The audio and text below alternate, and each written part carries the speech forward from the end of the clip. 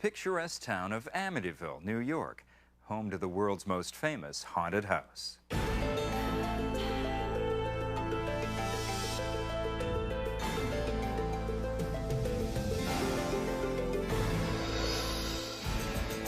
In Amityville, it was the day that lives in infamy when Ronald DeFeo took a high-powered rifle and took the lives of his parents, brothers, and sisters. I couldn't stop if I wanted to. So I thought somebody was inside moving me. 13 months later, a new family moved into the house on Long Island. There was a clanging, there was a banging, there was a scraping. And discovered they were not alone. Whatever was there was very intelligent, very impatient. Its abilities are more powerful than we really understand.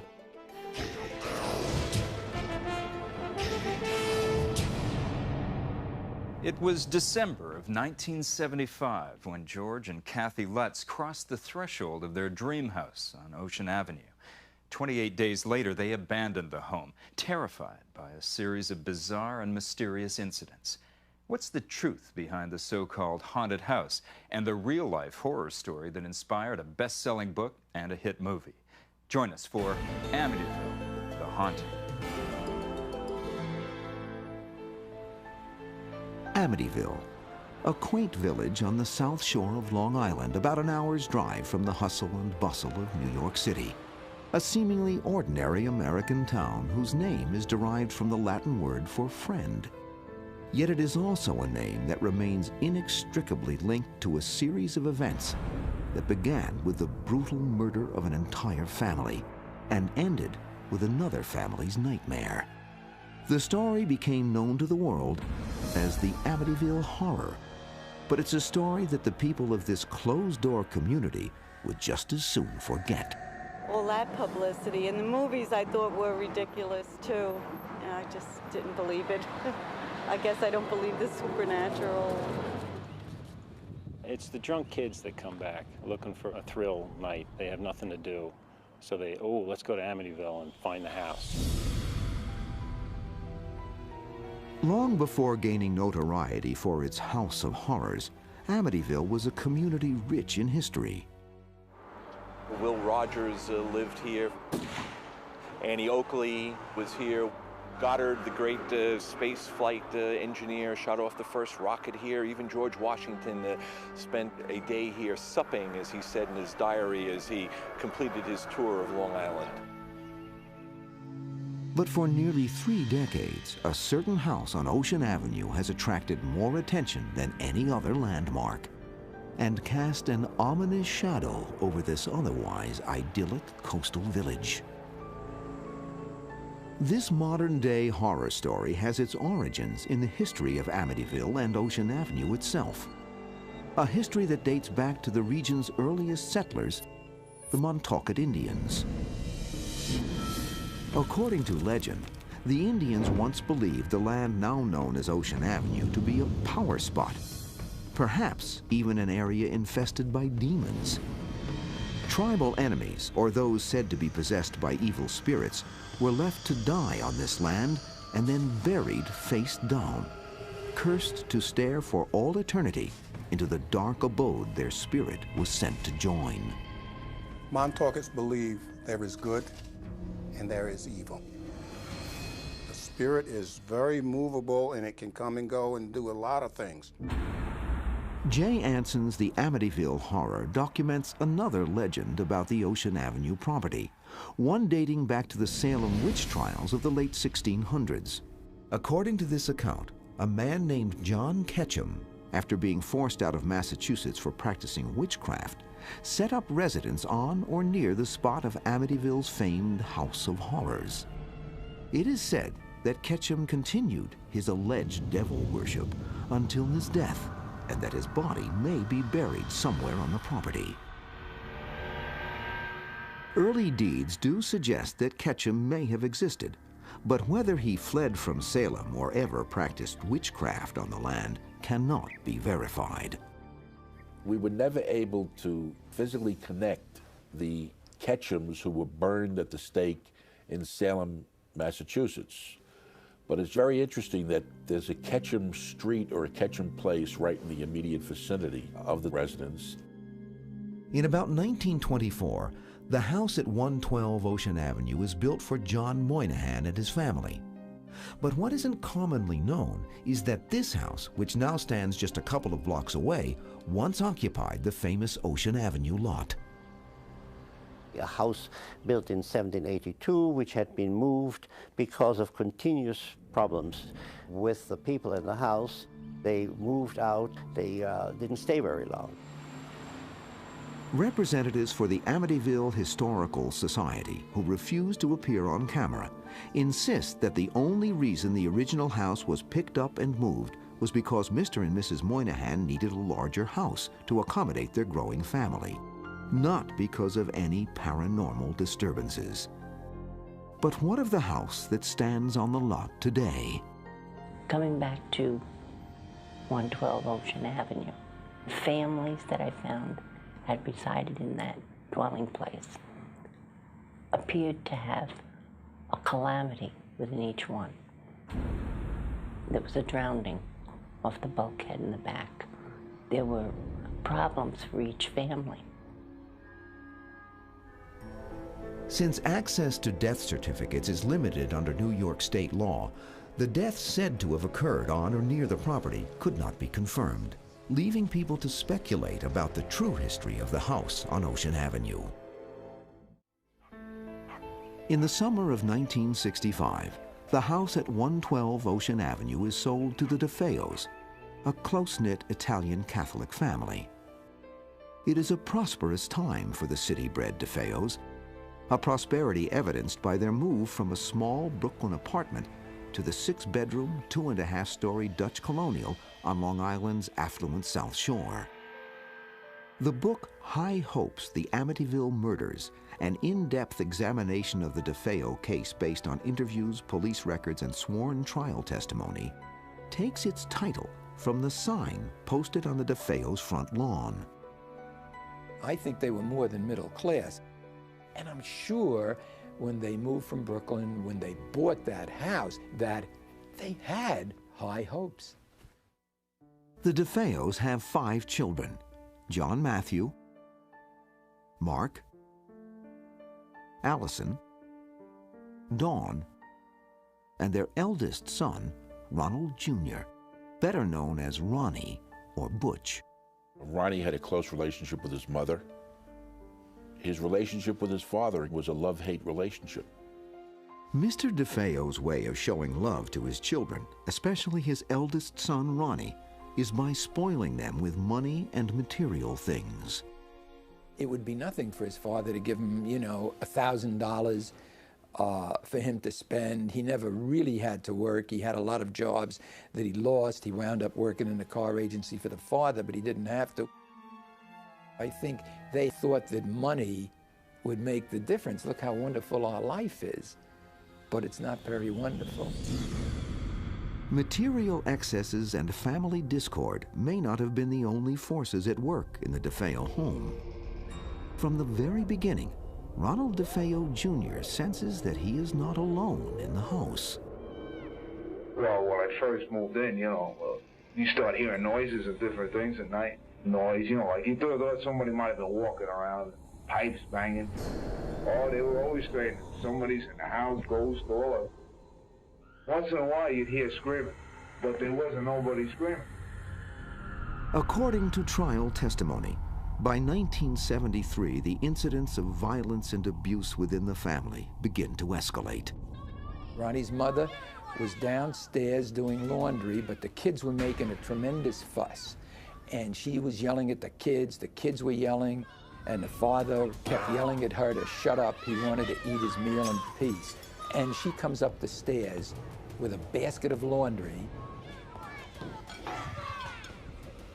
and the father walks over to the stairs and punches her in the face.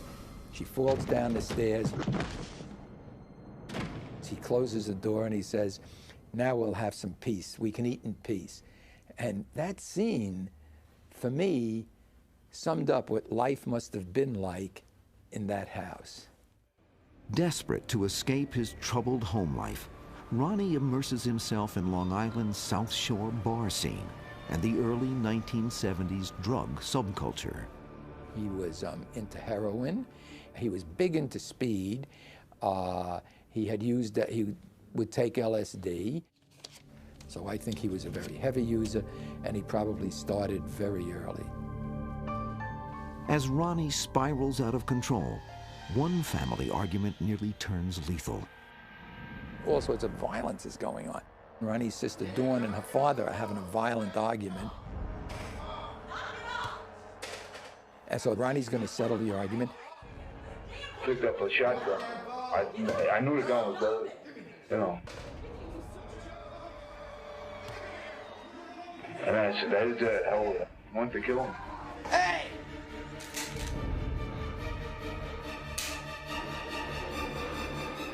But the gun didn't go off. And it turns out there are bullets in the chamber, but nothing happened. So the father felt that was the wonderful miracle. His son didn't kill him. In a show of devotion, Mr. DeFeo surrounds the house with religious statuary. But is it divine intervention or something more sinister which impels the family to seek help from the Catholic Church? They felt the devil was in the house. That's what brought all that religion into the house. Mr. DeFeo went to St. Joseph's Shrine 6 months before he was murdered to bring back a priest who would say the prayers of exorcism in his home.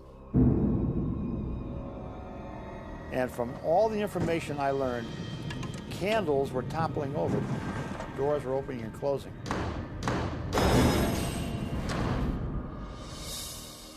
A letter from St. Joseph's Oratory in Montreal, Canada, states that they have no official record of this incident. When people asked Mr. DeFeo why he had all these special holy statues around his home, he said, "It's because I have a devil on my back." But was Mr. DeFeo referring to the devil incarnate or to his deeply troubled son? Maybe it was fear. Maybe it's that, is it possible that down deep they all loved each other? Or that it's something he didn't want to face, that his son could be capable of murder. Whatever the source of their fear, the DeFeos seem to have an uncanny awareness of the terrible fate soon to befall them. Lynn Nanowitz, the housekeeper to the DeFeo family, stated to me on several occasions during the trial that Mrs. DeFeo told her that there was going to be a terrible tragedy occurring to her family. Desperate to escape his tumultuous home life, Ronnie moves out of the house on several occasions. I started getting cold and vicious inside. No, it seemed to be the whole problem was originated and ended in that house. The problem was that Mr. DeFeo used all his resources, all his connections, to go out searching for his son each time and dragged him back to the home. This was just helping the volcano become more violent within Ronnie. By the early days of November 1974, tensions in the household reach a breaking point. Just days before the murders, he and his father had an argument where his father referred to him as a devil. It came close to blows. Ronnie stormed out. And you know, to say, if I don't get out of here, I'm going to kill all of you. And he did. November 13th, 1974. While his family sleeps, 23-year-old Ronald DeFeo Jr. sits in a darkened room watching television. The television program he was watching was an army movie called Castle Keep. And in this picture, the last 15 to 20 minutes is complete destruction of the American and German troops. Ronnie said that during this movie, he heard his family members whispering, and he thought will believe that they were conspiring to kill him. At or about the end of the movie, he said that a person with black hands appeared and gave him the rifle.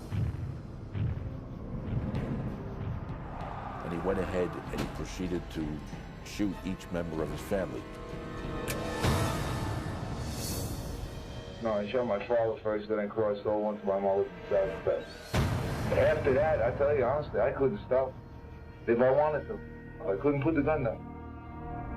So I felt somebody was inside moving me. He went into another room and shot his two younger brothers. Then he went in and shot his younger sister. And then he went upstairs and shot his older sister, Dawn. When it is over, 6 members of the DeFeo family, Ronald Sr., his wife Louise, daughters Dawn, 18, and Allison, 13, and sons Mark, 11, and John Matthew, 9, lie slaughtered in their beds. The following evening, Ronnie himself reports the murders. Citing his family's alleged mafia connections, Ronnie is taken into protective custody. Within hours, however, he confesses. News of the tragedy spreads quickly, leaving friends, family, and the entire community devastated. There was enormous shock. I think it's still one of the things for which Long Island remains infamous. At DeFeo's trial 1 year later, defense attorney William Weber tries to prove that his client was legally insane at the time he committed the murders and therefore not responsible for his actions. Ultimately, the jury finds him sane and guilty on all 6 counts of second-degree murder. Yet even as Ronald DeFeo Jr. serves 6 consecutive 25-year-to-life prison terms, several troubling mysteries about the murders remain. To this day, no one is certain how Ronald DeFeo Jr. killed his parents, 2 brothers, and 2 sisters, and nobody heard a thing, how none of them even woke up. Maybe they were drugged. No, that proved not to be true. The next theory was that, well, he had a silencer on it. That theory didn't hold water. There would be some fragments of the silencer that would have been left on the crime scene. Except for the DeFeo's dog barking, nobody heard a thing. Well, how do 6 people get killed and there are no gunshots? One possible explanation is offered by parapsychologist Hans Holzer. When there is a strong psychic field, sound will be inhibited. We know this from other cases because the electromagnetic field, which is representative of an entity of this kind, does interfere with the perception of sound, and sound was not heard. Others believe that the position of the 6 bodies bears an eerie similarity to the local Indian legend, which holds that tribal enemies were buried face down. An Indian curse, some say, may have driven Ronald DeFeo Jr.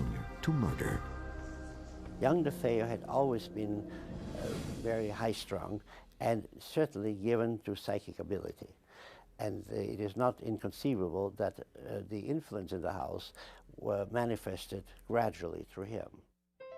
I think the entity tried to get him out of the house because the house was on sacred ground. Town officials and the local Indians themselves dispute any notion of curses or sacred burial grounds. Yet no matter what questions remain, the village of Amityville will be forever linked with these tragic murders. There isn't a day that goes by that I'm not asked questions relating to the DeFeo case.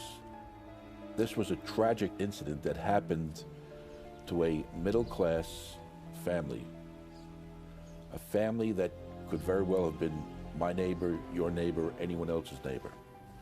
So I think that's the essence here, is that this was an American family that was wiped out by the oldest son.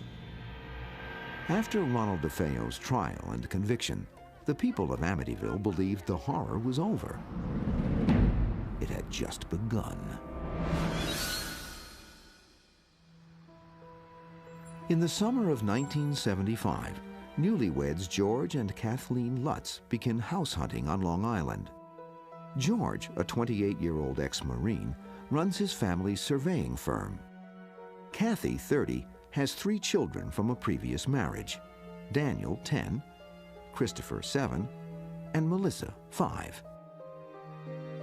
Although the Lutzes have only a modest budget, the real estate broker talks them into viewing a certain Dutch colonial overlooking the water on upscale Ocean Avenue.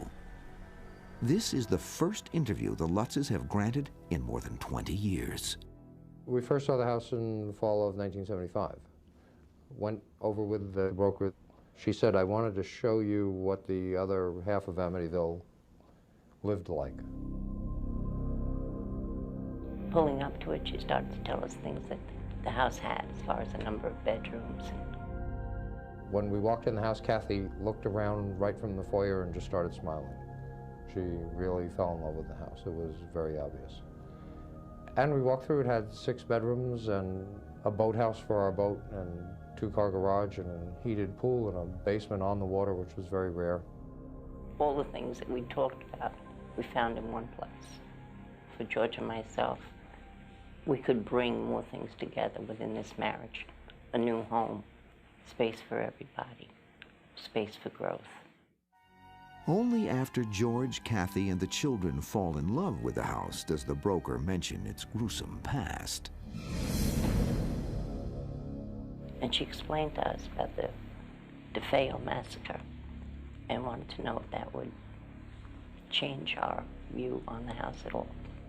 We discussed it among the 5 of us, and there was no problem. It was, it was unfortunate that that had happened there.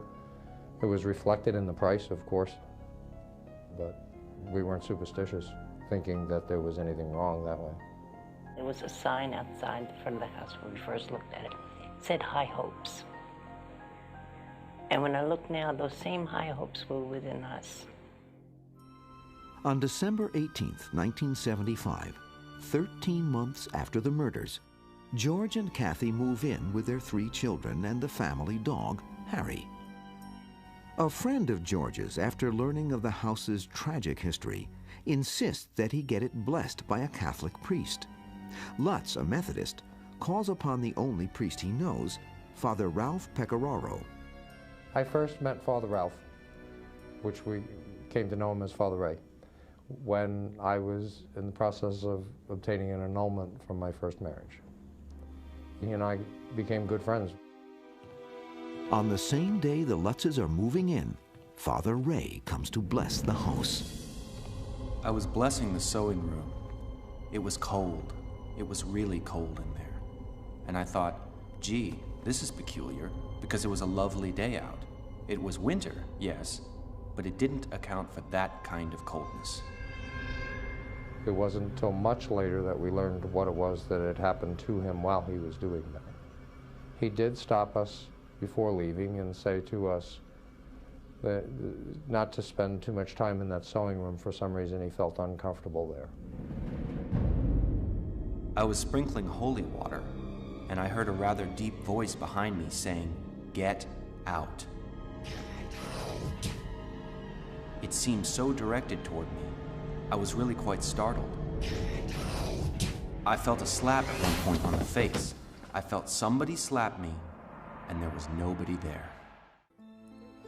Christmas, 1975.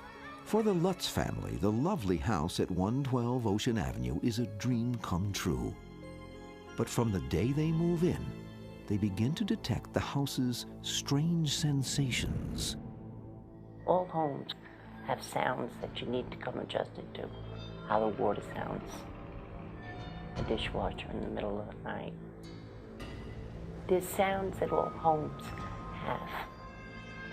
As the holidays draw to a close, however, the sensations in the house grow increasingly ominous.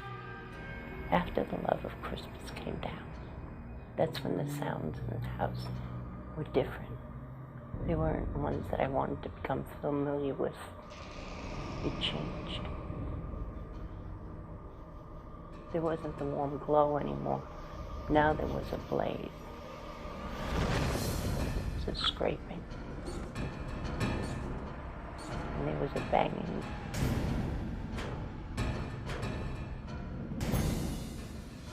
The children who had been anticipating a holiday were now anticipating different things that brought a fear onto their face. We each saw things so drastically different than the person right next to us that it was very hard for us to communicate even as a family.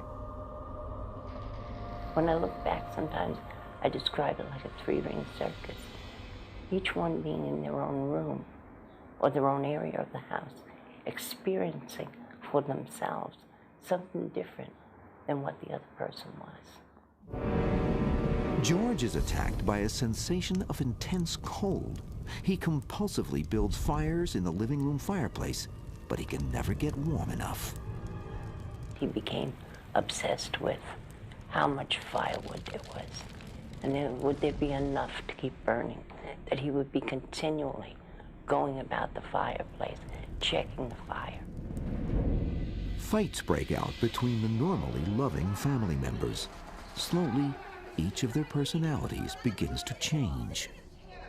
In the ensuing days, the family is subjected to a series of strange and inexplicable events. Extreme fluctuations in temperature, the sickening scent of old perfume, recurring black stains on the bathroom fixtures, and an infestation of flies in the dead of winter. When we first looked at the house, very first time, we noticed no flies anywhere in the house. Especially when you think back now, they were limited, in particular, to the sewing room second floor. Same bedroom that Father Ray had asked us not to use as a bedroom. The longer we were in the house, the more flies there were in that room. I don't have an explanation for how or why, but that's where they were. As the days wear on, other strange discoveries fuel the Lutz's mounting sense of unease.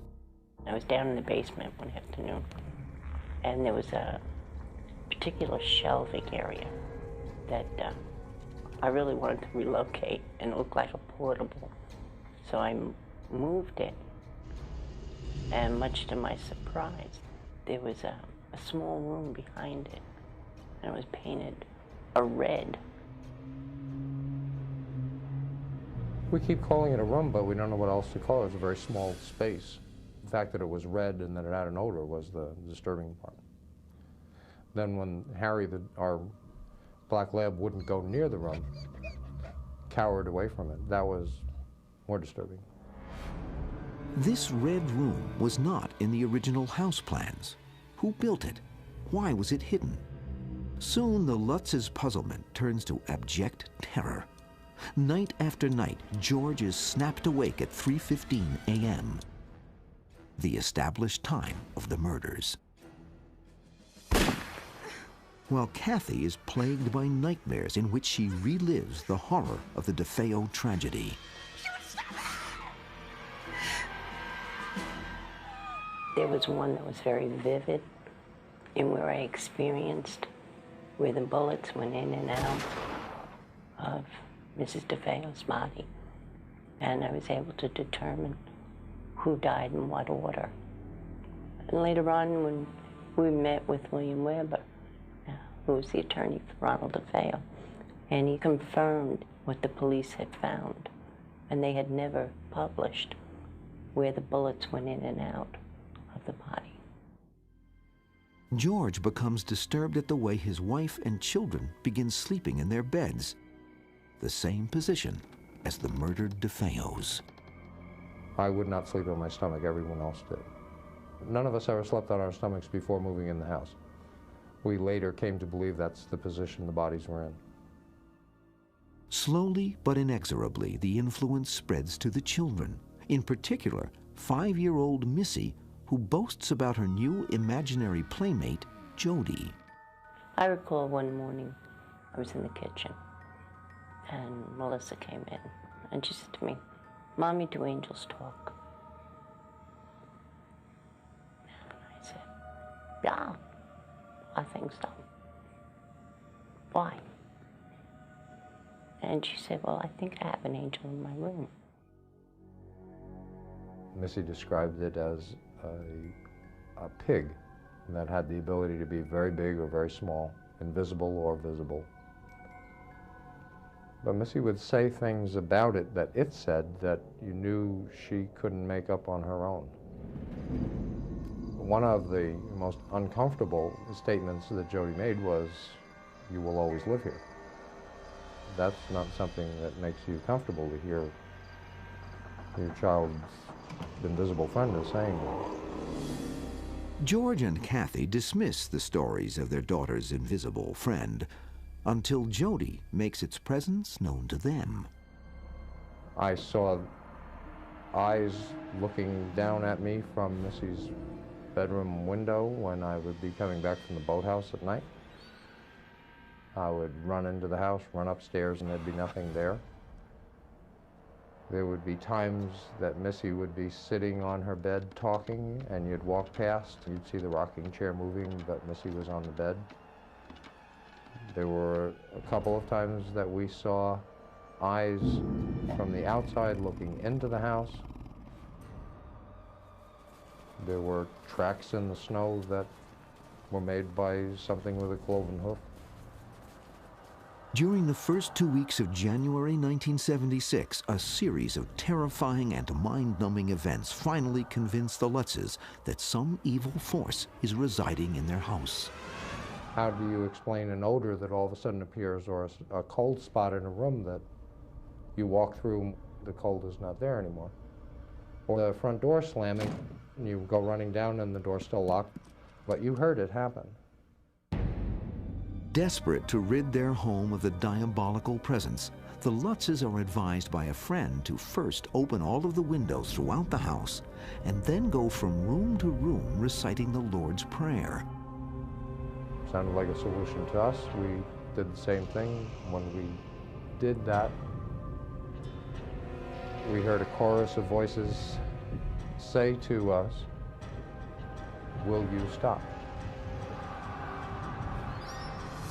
I believe that's one of the things that we did that caused the presence there to become less than happy with us. Not until sunrise does the family dare fall asleep, unaware that their battle with the supernatural has just begun. After failing to cast the evil presence out of the house on Ocean Avenue, the Lutzes attempt to seek help from Father Ray, the Catholic priest who first came to bless the house, but find their efforts to reach him thwarted by some unknown force. And each time I would attempt that call, that contact, we would run into interference on the phone. There were times when Father Ray would attempt to call us, and the connection again would be broken up with static. After we left the house, Father Ray told the story of sitting in the chancellor's office and just discussing the possibility of helping us in some way, and hearing the heat come up in the pipes and the radiators, and the incredible chill, cold that came into the room. And he said all we were doing was discussing it when this started happening. After again attempting to bless the house on their own, the Lutzes experience a night of horror they say they will never forget. The last night they would ever spend in the house. Never do the Lutzes discuss the specific events of that night. The memory, they say, is still too disturbing. We left to the house because the house became uninhabitable. As far as we were concerned, there was no reason to stay there anymore. There were too many things happening too often and confronting us constantly. Those specific events are not something that we try to sit down and explain to anyone else. That's why the book was done, so that that's not something that we have to go through anymore. To describe fear and the depth of what fear can do within you is hard to verbalize. To describe evil, which has no boundary, is hard to present.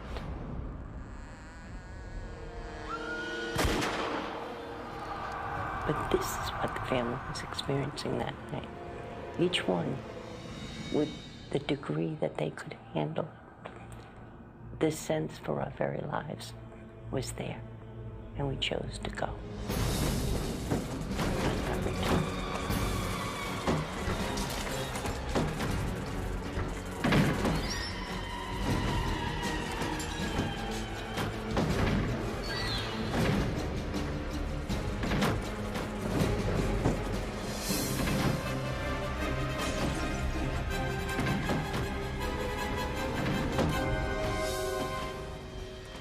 On January 14, 1976, 28 days after moving in, the Lutzes flee 112 Ocean Avenue, abandoning the house and everything they own. Despite the certainty of a huge financial loss, George and Kathy decide to return the house to the bank and sell all of their personal belongings at auction. We couldn't eradicate that which was there and didn't want to be responsible for passing it on. We bought the house for $80,000. It had a mortgage of $60,000. We had put another $4,000 or so down at the closing. When the auctioneer took care of the contents of the house, I think we netted $1,600, something like that, from the sale. We moved to California and we started over. One of the instructions we received was that there was one item that we could take out, but anything else would not have been healthy for us. The one item that we had was a large cedar box that had been built by George's grandfather, and inside of that was some of the children's baby pictures. That's about the only item we came out with. Although the Lutzes may have escaped Amityville, they cannot escape the onslaught of publicity that follows them to California. When we left the house, we sat down and did a series of tapes for self-help, and we just talked about everything we could possibly remember that took place in the house. And that eventually became the Amityville Horror, the book. The movie, on the other hand, was a work of Hollywood. In the midst of all the media hype surrounding their story, the Lutzes claim the evil forces continued to haunt them for many years, until help came from the exorcist for the Archbishop of Canterbury. He performed a rite in his church that helped us for the rest of our lives. There came a point when we said we have to stop blaming things that aren't right or going right in our lives on the house. But as time went on, it was like a half-life. It just slowly went away until today it really doesn't exist. George and Kathy, who are now divorced, maintain that their experiences in Amityville have had the most lasting impact on their personal lives. This story of our lives through Amityville is not the story of one person going through. It's the story of a family, 5 members, each one coming with what affected them and bringing it in. I think what we lost there was the people that we had been prior to moving in. The children in particular, their life was so dramatically touched by what they experienced there. So you could retrieve some things, but you couldn't retrieve that portion of your life prior to. But what of the supernatural forces that drove the family out of 112 Ocean Avenue? What exactly were they? And why did they seem to only affect the Lutzes? When we moved into the house, we were practicing transcendental meditation. I think in the practice of that, it opened up the mind and the spirit to other things and brought about a sharpened sensitivity.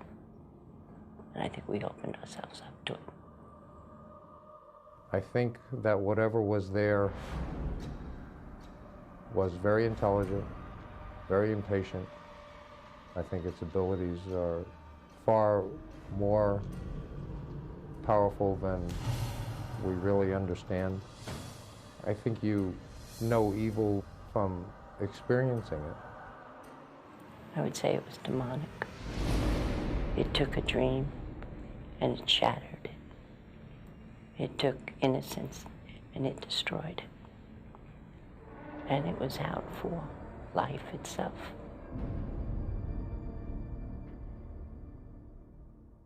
No one has reported any paranormal occurrences since the Lutzes fled from the house in January 1976. The home now has a different address and a new look, but it still attracts curious visitors from around the world. As for the killer who once lived there, Ronald DeFeo applied for parole in 1999. In his hearing, he told officials that he was downstairs, quote, using drugs, unquote, while the real killers came in and gunned down his family. DeFeo's request for parole was denied.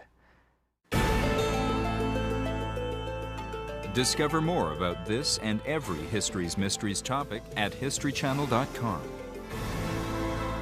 I'm Arthur Kent for the History Channel. Thanks for watching.